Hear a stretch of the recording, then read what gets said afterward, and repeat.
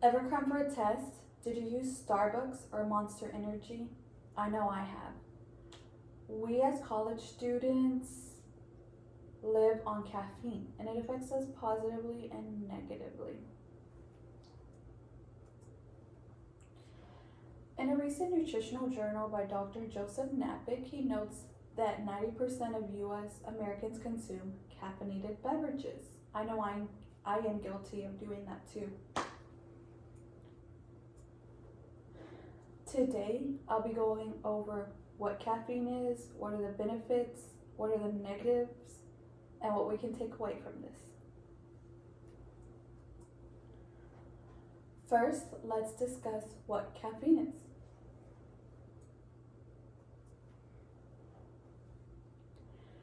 Caffeine was first discovered in 1000 BC by the Chinese.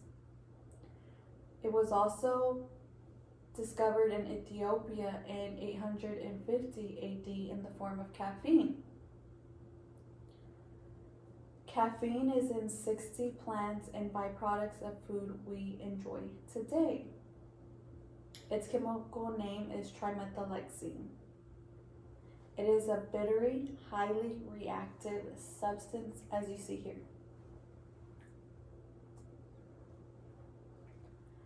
How does caffeine work? So, our body produces ATP. ATP is energy. We also produce adenosine to make us feel tired. When we drink caffeine, it blocks the adenosine receptors up, making us feel energized. There can also be caffeine in pill form.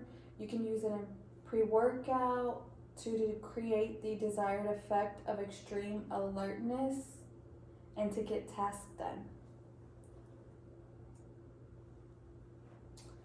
Researcher from the National Library of Medicine Military U.S. Committee 2001 notes that caffeine reaches its caffeine peak 45 minutes after indigestion and 2 hours after being in your blood, and it can last anywhere from 3 to 7 hours.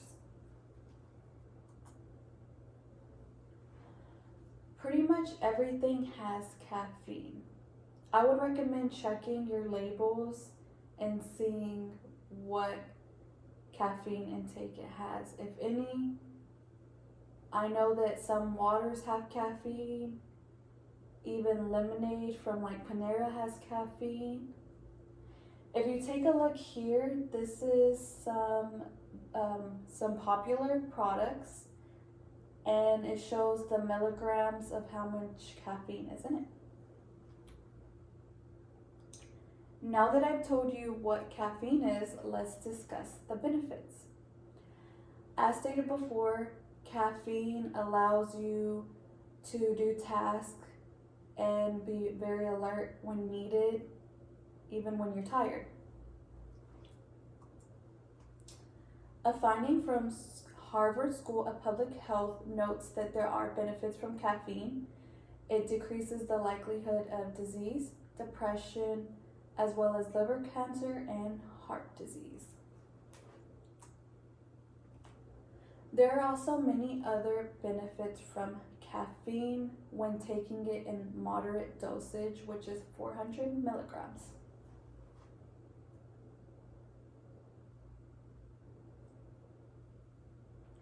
Now that I've told you what caffeine is and the positives, let's discuss the negatives.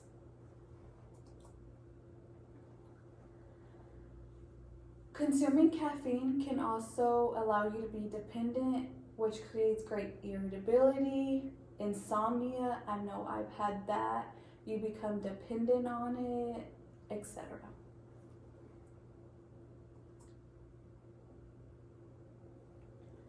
How much is too much? As stated before, do not exceed 400 milligrams of caffeine. You can develop a dependency and it can result to toxicity overdose. Please note this is rare and it usually happens in the form of medications. In a recent podcast by Dr. Andrew Huberman, he states that he had adverse side effects of caffeine. He was consuming anywhere to 3 to 4 grams of caffeine due to prolonged steady work hours, and it was mimicking alcoholism.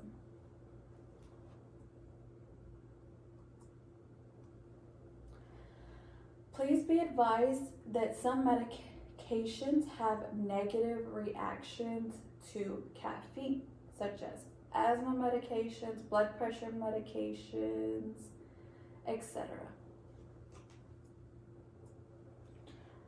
Dr. Bart Passell from Penn State University notes that college students become dependent on caffeine. Although it's good for a boost of energy, there's also some adverse side effects, such as irritability, high cholesterol, high blood pressure, and so on and so forth. I've also had an addiction with my Dr. Pepper. I needed it to get me through the day, even after a good night's rest.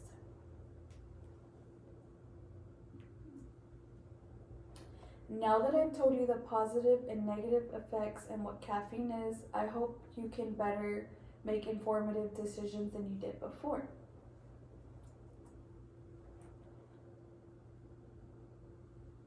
We as college students are trying to keep up with everyday life, thus consuming caffeine.